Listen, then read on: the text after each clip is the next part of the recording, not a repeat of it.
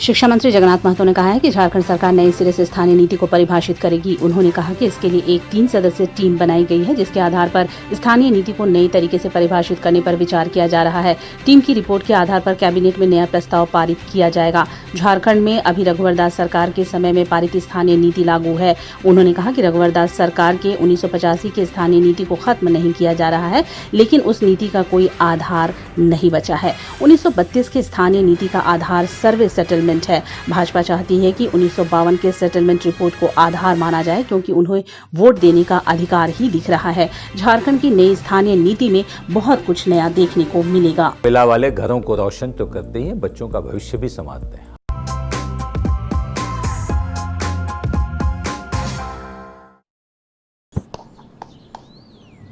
चिकू, तुमने बोला बड़ा रोल मिला है, तो मुझे लगा क्या लगा?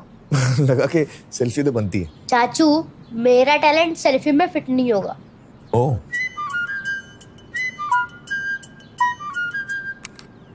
सेल्फी में तो फिट हो गया, गाड़ी में फिट होगा। 105 degree super wide selfie on Vivo V19। लोगों के घर में झांकना छोड़िए मखीजा, तू भी अपने घर में सेफ पेंटिंग करा ले। शूटिंग के लायक होगा तेरा घर। Asian paints safe painting service. Missed call दें 80504 80504 पे। वाह,